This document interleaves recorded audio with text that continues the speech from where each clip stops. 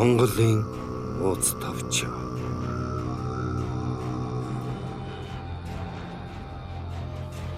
Хэрээд улсын мөхсөн.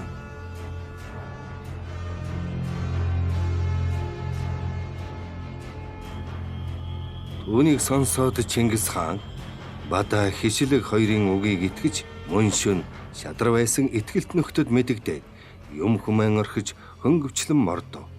Маав өндрийн хярд гарч явхад хойноо ураанхны зэлмээг цагдан харвал болгон тавив. Тэгж явсаар маргаашийн өдөр наран хэлбихэд хар халзан илээд хурч үдлэн буу. Тэнд үдэлж байтал алдчдаан агтаж чихэтэй ядар хоёр сайхан бэлчээр тагтаан адуулж яваад Маав өндрийн өврөөр улаан бургатыг дайран ирж яваад айсны тоосыг үзэж ахта яарвчлан хөөж ирсэнд ажиглан харвал үнээр Маав өндрийн өврөөр улаан бургад гэдэг газарт тоос гарч байна. Чингис хаан тэр тоосыг үзэж Ван хаан нэхэж айсуу гэж агт мордыг бариулж ачаалан хөдлөв. Хэрв тэр тоосыг урдаас үзээгүй бол гиндэж болох билээ. Тэр цагт Ван хаантай жамуух ирж явсан ажээ. Ван хаан жамуухаас асуурав. Тэмүүжин хөвөнд бидэнтэй байлдаж чадмаар ямар хүмүүс байна гэвэл жамуух өгөөлрөв. Урууд мангууд нар түүнийг дагаж байгаа бодвол тэд байлдах биз. Тойр чирээ довтлон буудан ташаалдаж ирээд даран ордог бараан алаг тугийг барьж явдаг бачит тэдгээр иргэн бага наснаас эхлэн байлдаж мэрэгсэн тул Ван хаанта баахан болгоомжлбол зүйтэй гэжээ. Тэр үгийг сонсоод Ван хаан өгөөлрөв. Тэм бол бид анханд хадгаар толгойлуулан зүрхний баатруудыг оруулъя. Түүний хойноос түмэн түбэгний ачиг ширэнг оруулъя. Түүний хойноос олон дунгаадын баатруудыг оруулъя. Түүний хойноос Ван хааны 1000 торгон цэргийг удирдан хорийн ширэмэн тайж довтол тугай. Түүний хойноос бидний их гол хүчин оръё гэв. Бас Ван хаан өгөөлрөв. Жамуух дөө чи бидний бүх цэргийг зас гэвэл жамуух олноос онцгой гарч нөхөддөн өгөөлрөв. Ван хаан бүх цэргээ намайг захиргэж байна. Би Тэмүүжин анттай байлдан ядаж байхад намайг харин цэргэн захиргэн. Үзвэл Ван хаан надаас хэтрэхгүй дорой бөгөөд төр нөхөрлөх хүн байна. Тэмүүжин андад хэл оруулъя. Анд хатууж тугаа гэж жамууха Чингис хаанд ичнээгээр хүн явуулж хэлүүлсэн нь. Ван хаан надаас асуув. Тэмүүжин хөвөнд бидэнтэй байлдах ямар хүн бий гэж асуувал би уруул мангууд тэргүүтэй хэцүү баатрууд бий гэж хэлвэл Ван хаан зүрхний баатруудыг манлай болгож томилов. Түүний хойноос түмэн түбэгний ачиг ширэнг томилов. Түүний хойноос олаан дунгаадыг томилов. Түүний хойноос Ван хааны 1000 торгон цэргийн ноён Хароширемын тайжийг томилов. Түүний хойноос Ван хаан их гол цэргэн авч орно гин. Бас Ван хааны хэлсэн нь жамуухаа дүү эдгээр бүх цэргийг захиргэж надад итгэн хэлнэ. Үүнээс үзвэл энэ Ван хаан хялбархан нөхөр аж. Цэргүүдээ өөрөө захирч үл чадна. Би Тэмүүжин анттай урд байлдахад давдгүй билээ. Гэтэл Ван хаан надаас дорой хүн байна. Иймийн тул анд чи бүү хатууж гэж илгээжээ. Энэ мэдээг сонсоод Чингис хаан өгөөлрөв. Уруудын жорчдаа авах чи юу гэж бодно? Чамайг манлай болгож явуулъя гэвэл жорчдаг хариу хэлхийн урд мангуудын хуйлдар сэтсэн өгөөлрөв. Тэмүүжин антын өмнөөс би байлдъя. Миний хойно хоцорсон өнчин хөвүүдийг асрахыг Тэмүүжин ант мэд түгэ гэв. Жордыг асрахыг Тэмүүжин ант мэд түгэ гэв. Жорчтой өгөөлрөв. Чингис хааны өмнөөс бид урууд мангууд манлайлан хатгалдъя гэжээ. Тэгээд жорчтой хуйлдар хоёр урууд мангуудад цэргэн жагсааж Чингис хааны өмнө мордохыг бэлтгэв. Тэгж байтал зүрхнээр толгойлуулсан дайсан хурч ирэв. Тэднийг ирмэгц урууд мангууд нар угтан байлдаж зүрхнийг дарав. Гэтэл бас түмэн түбэгний ачиг ширүүн довтолж ирэв. Ачиг ширүүн хуйлдрыг шархтуулж хадны хавчилд мориноос унгав. Үүнийг үзээд мангууд нар буцаж хуйлдрыг хамгаалав. Жорчтой урууд цэргээ удирдан байлдаж түмэн түбэгнийг дараад цааш нэхэд олаан дунгууд эсэргүүцэн довтлов. Жорчдоо бас дунгаадыг дарав. Цааш нэхэд Хороширэм тайж мянган торгуудаа удирдан угтаж байлдвал бас жорчид Хороширэм тайжийг мохоож дарахад Сэнгүм Ван хаан эцгээс зөвшөөрөл авалгүй эсэргүүцэн байлдаж энгисэх хацраан шархтаж унжээ. Сэнгүмийг шархтаж унахад хэрээд бүгдээр түүн дээр цуглаж очив.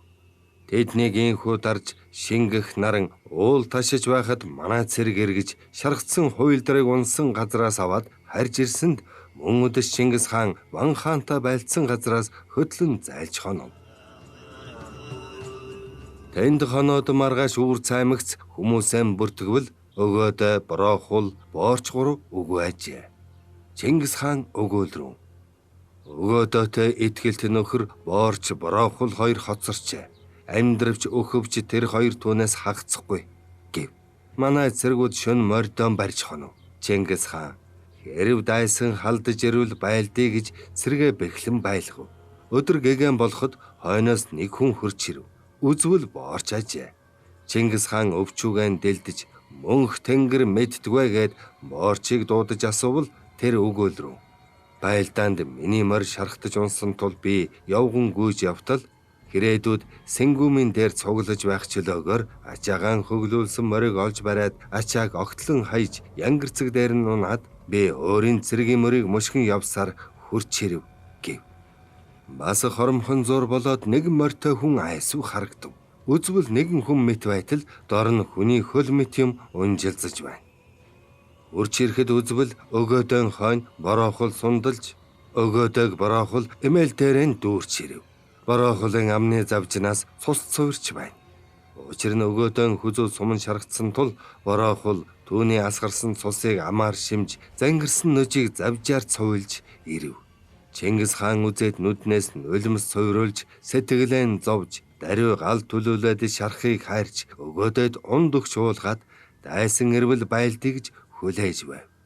Борохул өгөөлрөв. Мав өндрийн өвөр улаан бургадын зүг цаашид айсны тоос суунаглаж далд оров гэвэл Борохулын тэр үгийг сонсоод дайсан хэрв халдаж ирвэл бид хатгалдан байлдах билээ. Дайсан тийхүү дутаасан бол бидэд цэргэн засаж нэхий гэж хөдлөв. Тэндээс хөдлөөд улхуй шилэв гэлжид гэдэг голыг чиглэн явж 70 нэмүргэ хүрв. Тэнд хойноос Хадаан далдурхан эм хөвгүүдээс салж хагас болж ирэв. Хадаан далдурхан ирээд Ван хааны үг гэж өгөөлрөв. Ван хаан хөвөн Сэнгүмийг энгисэх хацраан суманд шархтаж унахад дээр нэрж хэлсэн нь. Хөндлөний хүний хөнөөх гээд хөөрхий бие хөсөрдүүлв чи. Хажуугийн хүнийг халтгах гээд хацар ингэсгэн хатгуулв чи. Хайрдах хүмүүний хатгагдсны төлөө хар дайсныг халдан довтлъя гэвэл ачиг ширүүн өгөөлрөв. Эзэн хам минь эрхвш болгоомжилж айлд. Эзэн хан тэргүүлэн энгийн харц бүгдээр эс заяасан хөвөөний эрэл мөрөөдөл болж элдв арга хийлгэж эви бавы хэмээн залбирах болго. Энэ залбирал бүтэж ихээс төрсөн заяасан эрхэм хөвөн Сэнгүмийг инхрийлэн асарч совлие. Монголын олон жамуух алтан хучир нарыг дагаж бидний энд бай. Тэмүжнийг дагаж гарсан монголчууд хаана холдох вэ? Морин унаатан модон нөмрөгтөн болов тэд. Тэднийг дагаж ихэрвэл бид очиж морины хомоол мэт хормойлж авчирий гэв. Ачиг ширүүний энэ үгэнд Ван хаан өгөөлрөв. За тийм бол хөвөн эндэх болоозай. Хөвөнийг асран совил гэд байлдааны газраас буцаж харив гэв. Чингис хаан тэрхүү 70 нэмүргээс халах гол руу хөдөлж явах зур цэргэн бүртгэж үзвэл 2600 хүн байна. Үүнээс 1600 хүнийг Чингис хаан авч халах голын орнод этгээд нөөв. Нөгөө 1300 цэрэг урдуур мангуудын хамт халах голын дорнод этгээд нөөв. Тэгэж нүүж явхдаа хүнс олохын тулд ав хийхэд уйлдэр шархаан идгээгүй байтал Чингис хааны ятгсан үгийг үл сонсон гөрөөсөнд довтолгож яваад шарх хүндэрж наснаас нөхчөв. Түүний ясыг халах голын ор нугын хилтгий хад гэдэг газар оршуулв. Халах голын буур нууртад цутгах уулзрын газарт тэргэн эмээлтэй тэнэмэл хонгираад нутаглаж байгаа гэж сонсож Чингис хаан өгөөлрөв.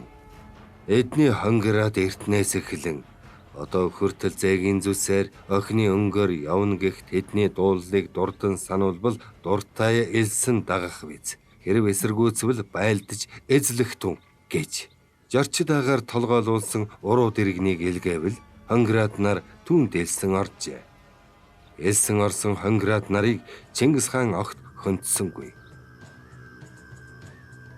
Чингис хаан хонгираадыг оруулаад тэндээс нүүж түнхлэг горхины зүүн этгээдэд хурч буугаад архай хасар сүхэхэ жэвн хоёрыг илч болгон томилж Ван хаанд хэлүүлсэн. Бид түнхлэг горхины зүүн этгээдэд буу. Энд өв сайхан ургажээ. Агт морд минь тамиржиж байна. Хан эцэгт минь ингэж өгөөлтөв. Хан эцэг минь юунд хэлэгнэж намайг юунд айлгав? Муу хөвөд муу бэрүүд биднийг амар унтуулахгүй юунд айлгаж байна. Сандалж суух орыг минь салбагнуулан түлхэж савсан гарах утаагийн минь сацруулан хийсгэж санамсаргүй муу хөвөнэ юунд сандруулан хөнөвчи. Хан эцэг минь чи хажуугийн ховч хүний халтай муу өгөнд хатгагдан юунд оров? Хүн миний тухай хөндлөнгийн муу хүн хөвсөргөн үгийг хэлж хөнөөн салгаж байна. Хан эцэг минь бид хоёр юу гэж хэлэлцсэн бэлээ? Зоргол хоны улаан болдог гэдэг газар бид хоёр юу гэж хэлэлцсэн бэлээ? Хорт могоон хэл хооронд минь хутгаж ховжив оруулбал холдож салалгүй. Харин хоёр нүрээр учирч хор хөнөөлийг тасалж бай гэж хэлэлцсэнгүй билүү? Одоо эцэг минь чи хоёр нүрээр уулзаж хэлэлцэлгүй юунд хөнөөж эхлэв? Хараат могоон шүд амаргийн хооронд орж аяавыг эвдвэл ам хэлээр уулзан ярьж альваучрыг олж бай гэж хэлэлцсэнгүй билүү? Одоо хан эцэг минь чи ам хэлээр уулзан ярилгүй ангижрэн юунд салав?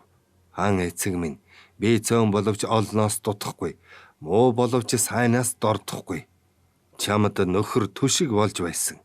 Хоёр аралтай тэрэгний нэгэн арал хугарвал үхэр түүнийг чирч чадахгүй. Тэрмэт нэгэн арал чинь би биш билүү? Хоёр хүрдтэй тэрэгний нэгэн хүрд эвдэрвэл явж чадахгүй. Тэрмэт нэгэн хүрд чинь би биш билүү? Эрт өдөр хорчаах ус буйрыг хан эцгийн 40 хөвөний эх гэж чи хан болсон билээ. Чи хан болоод тай төмөр тайж бухаа төмөр хоёр дүүгэн алав. Би чиний дүү эрх хар алагдхаас айж дутаан 8-ны инэнча бэлэг ханд очиж ам хоргодов. Дүү нараа алав гэж гүрхан авах чинь чамтай байлдахаар ирэхэд чи 100 хүн авч арай гэж ам гарч сэлэнг рүү дутааж хараун хавчил гэдэг газар шургав. Чи жич мэрэгдэн тогтоод ужаавар үжин охино бялдуучлан өгч хараун хавчлаас гараад Есүхэ хан эцэгт минь ирж авах гүр хаанаас улсыг минь аварч өг гэж гуйсанд Есүхэ хан эцэг минь чиний улсыг аварч өгөхийн тулд тайчуудын хунан бахаажи хоёроор өдөрдуулан цэрэг засан мордуулж 3 тэл газар байгаа гүр хааныг дарж түүнийг дөнгөж 20-30 хүний хамт хашин тангууд оронд дутаалгаж чиний улсыг аварч өгсөн байлээ.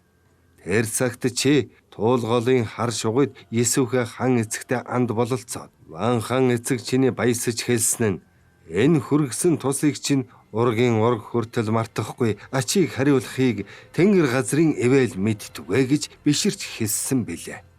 Төвний хойно чиний дүү эрх хар 8-ны инэнча бэлэг ханаас цэрэг гуйж аваад чамтай байлдахаар ирэхэд чи улсаан орхиж цөөн хүнтэй ам хоргодон дутааж ар хятадын гүр ханыг Сартаулын нутаг Чүй мөрөнд байхад хурж очоод тэнд 1 жил бололгүй бас гүр ханаас салж Уйгар нутаг ба тангууд газраар тэнэж 5 ямаа шөргөлөн сааж тэмээний цус ханаж идсээр ганц сохор халиу морьтой хурж ирвчээ.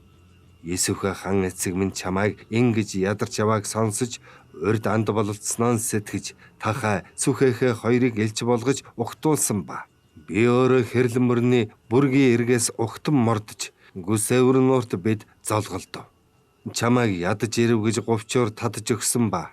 Урд эцэгтэй минь анд бололцсон ёсоор туулголын хар шууд бид хоёр эцэг хөвөн бололцсон биш билүү? Тэгээд тэр үл чамайг бид хүрээн дотроо оруулж тэжээ.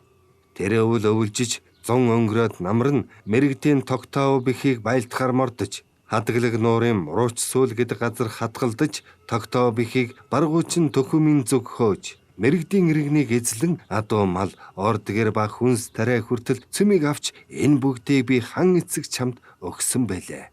Өлсөх өдөрт чинь өршөөж тэжээсэн би, өнчрөх сард чинь өмгөлж тэтгсэн би.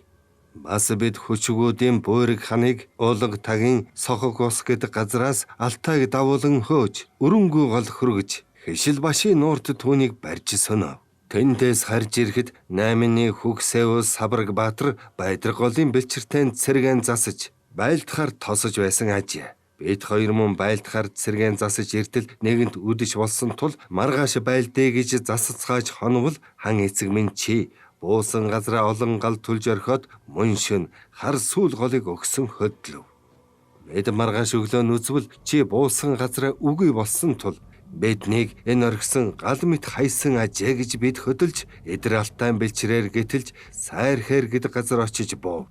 Тэнд чамайг Хүгсэвс Сабраг Баатар нэгж очоод Сэнгүмийн эм хөвөд ба эд хөрөнгө албадардыг цөм булан авч хан эцэг чамайг Түлээт Басар гэдэг газар байх үед нэхэн байлдаж зарим албад иргэн ба адуу малыг булан авав.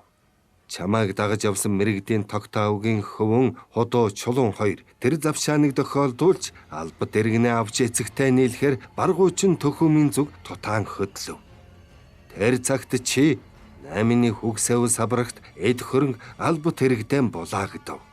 Хөвөө минь 4 хөлөг баатран явуулж тусална уу гэж гуйсанд би чам шиг ийм санаа агуулалгүй даруй боорч мухала бороохол чулуун 4 хөлөг баатран цэргийн хамт илгээсэн билээ.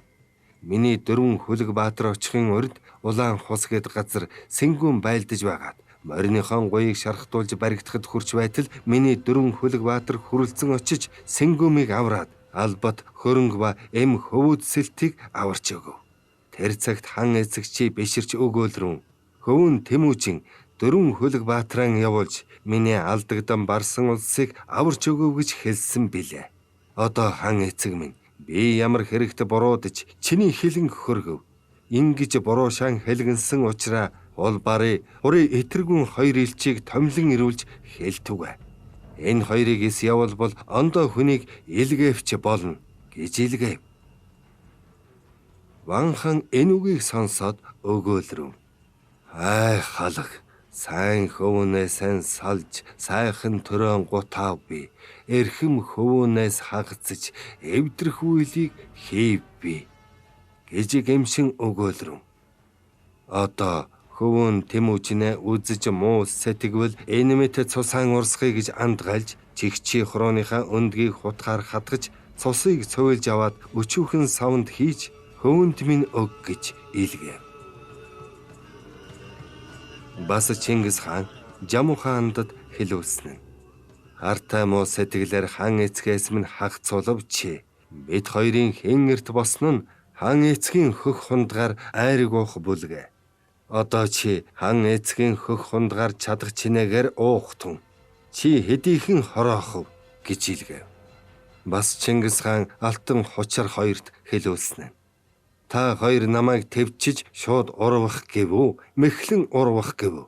Хучир чамайг нэгүүжин тайжин хөвөн тул чи хан бол гэж бидний хэлэхэд чи хан эс болов. Алтан чиний эцэг Хотоолоо хан бид бүхнийг захирч явахад чи мэдэлцэж байсан тул алтан чамайг хан бол гэвэл чи бас зөвшөөрсөнгүй. Бартан баатрын хөвөөдөөс Ахмад үеийн хүмүүс болох тул Сача Тайчуу хоёрыг хан бол гэж ядав би. Тэр хоёр бас зөвшөөрсөнгүй. Та нарын аль нь ч хан болохгүй тул би та нарт хан өргөмжлөгдөөд захирч яв. Таныг хан болсон бол би өрсөх дайн болоход өмнө уулгалан яваад өндөр хөх тэнгэрийн өршөөл ивэлд орж өстөн дайсныг дарвал өнгөтэй сайн огтыг авчирч өөдтэй сайн мордыг олзолж өндөр эзэн таньда барих бүлгээ. Ойн гөрөөсийг авлах цагт ойртуулж шахаж өгөх бэлээ. Хадын гөрөөсийг авлах цагт хавтуулж шахаж өгөх бэлээ. Гууны гөрөөсийг авлах цагт гуйыг нийлтэл шахаж өгөх бэлээ. Хээрийн гөрөөсийг авлах цагт хээлийг нийлтэл шахаж өгөх бэлээ. Одоо та нар хан эцэгт минь үнэнчээр нөхөрлөж явтугай. Та нарыг буцамтгай гэдэг бэлээ. Бидхий дахин урвж одогтун. Та нар чавд хурын садан энэ ажээ гэж бүү хэлүүлэгтун. 3 мөрний эхэнд бусдыг бүү нутглуул туга гэж хэлгээ. Бас Чингис хаан тойрол дүүдээ өгүүлгэж өгөөлрөв. Чамааг дүү гиснэ учир нь урд нэгэн цагт Тумбена Чархаалын хоёр байлдаанд яваад Огда гэдэг боолыг барьж ирсэн бэлээ. Огда боолын хөвөн Сүбэхэ боол бүлгээ. Сүбэхэ боолын хөвөн Хөхөгчүү Хэрсан. Хөхөгчүү Хэрсаны хөвөн Яхэ хотонгар бүлгээ. Яхэ хотонгарын хөвөн Тойролчи. Хиний улсыг эзлэх санаатай тэгж бялдуучлан явна. Миний улсын алтан хучир хоёр энд ч мэдүүлэхгүй нэ лавтай биз. Иймийн тул чамайг дүү гэж нэрийдэнэ. Элэнцийн үеийн иштэй боол чамд эрхэмлэж хэлэх үг минь энэ байна.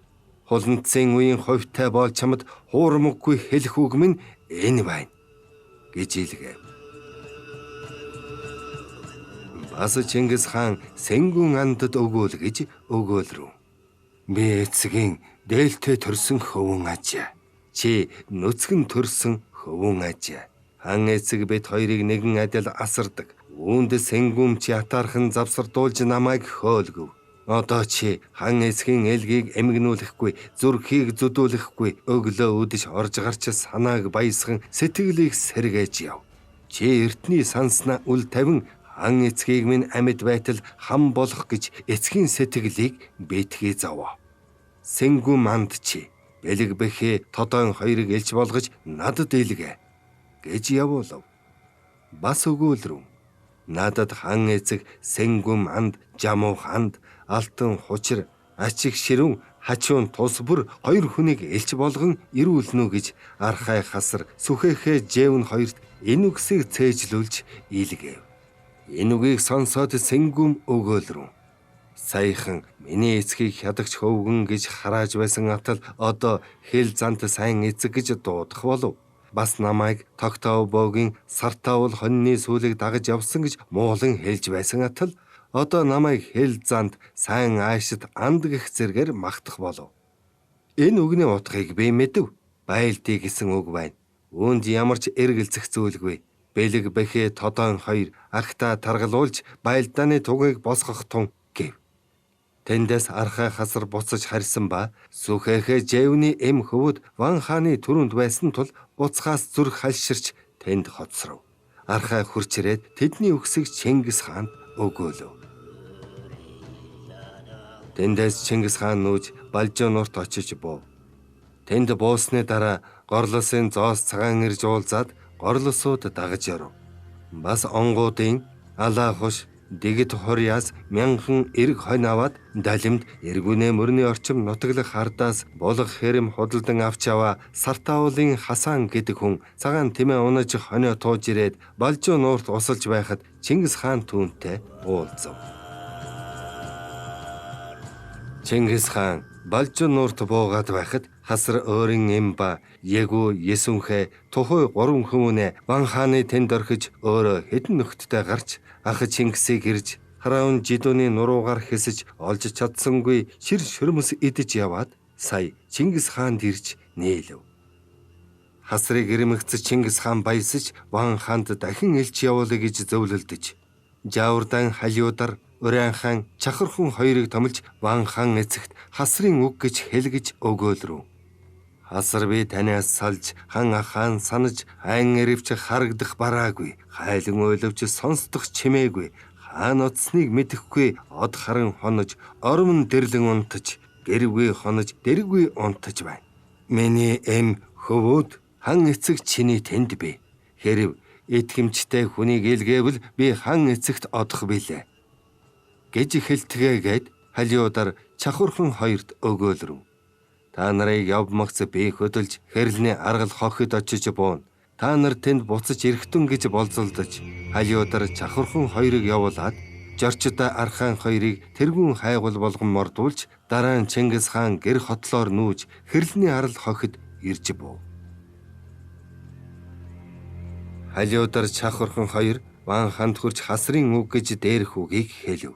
Тэр цагт Ван хаан алтан тэрэн босгож хурмлан байжээ. Халиудар Чахархан хоёрын үгийг сонсоод Ван хаан өгөөлрөв. Тийм бол хасар эртүгэ итгэмжит хүнд итүргэнийг ээлгээе гэж явуулав. Тэрхүү итэргэн халиудар чахвархан хоёрын хамт уг болдсон аргал хохь гэдэг газар хурж ирээд их бараа олон хүм малыг үзэж итэргэн элч сэжиглэж буцан дутав. Халиударын морь хурдан тул даруй нэхэж гүйцэвч барьж чадахгүй өмнө хойно нь орж явхад чахварханы морь удаан тул хойноос нь арай гэж сум хүрэлцэх газар ирж итэргэний алтан эмээлт хар морины гуйны угийг хойш унтал харвжээ. Тэгээд итэргэнийг халиудар чахвархан хоёр барьж Чингис хаанд авчирв. Чингис хаан итэргэнээс үг асуусангүй хасарт авч оч гэв. Хасарт авч очвол хасар итэргэнтэй үг хэлэлцсэнгүй дорн цавчиж орхив. Халиудар чахвархан хоёр Чингис хаанд өгөөлрөв.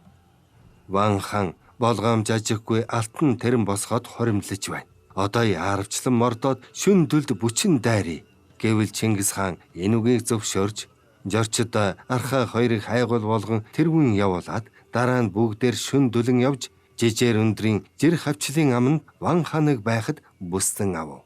3 шөнө 3 өдөр турш байлдаад 3 дугаар өдөр тэд бууж өгөв. Үзвэл Ван хаан Сэнгүм хоёр үгүй болжээ. Шүн оргон одсныг манайхан мэдсэнгүй. Ингэж байлцсан нь зүрхний Хадаг Баатар байсан ажээ. Хадаг Баатар орж ирээд өгөөлрөв. Тус ханаа яахан барьж алуулах гэж төвчин ядаж түүний амийг арчлахын тулд 3 өдөр 3 шөнө байлдав. Одоо түүнийг нэгэнт оргуулан гаргасан тул бид бууж өгөв. Намайг өхүүлбэл өхий. Чингис хаандас хоёр хогдож амьдруулбал хүчэн өгье гэв. Чингис хаан Хадаг Баатарын үгийг зөвшөөж зарлиг болров. Өөрийн ханыг орхихгүй түүний амийг аврахын тулд байлдсан эрийг хэн буруу шаахав?